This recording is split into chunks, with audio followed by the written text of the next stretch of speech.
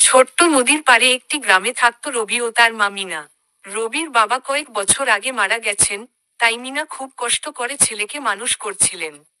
রবি জানত, তার মা সবসময় তার জন্য সেরা খাবার তুলে রাখতেন, কিন্তু নিজের জন্য কখনো ভালো কিছু রান্না করতেন না। একদিন রবি বাজারে গিয়ে দেখল, ইলিশ মাছ এসেছে।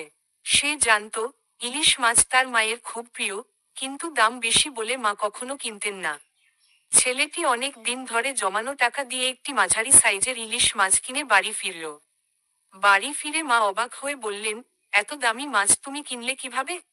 রবি হেসে বলল, মা, তুমি সবসময় আমার জন্য ভালো খাবার বানাও, কিন্তু তুমি নিজে কখনো ভালো কিছু খাও না।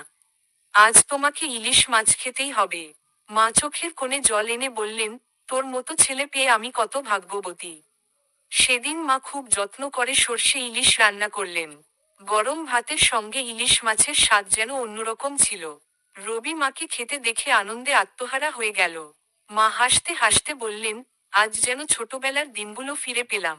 সেই দিন রবি বুঝতে পারল, জীবনের সবচেয়ে বড় আনন্দ প্রিয়জনের মুখে হাসি ফোটানো। শুধু দামি খাবার নয়, সত্যিকারের সুখ লুকিয়ে থাকে ভালোবাসা আর যত্নের মধ্যে।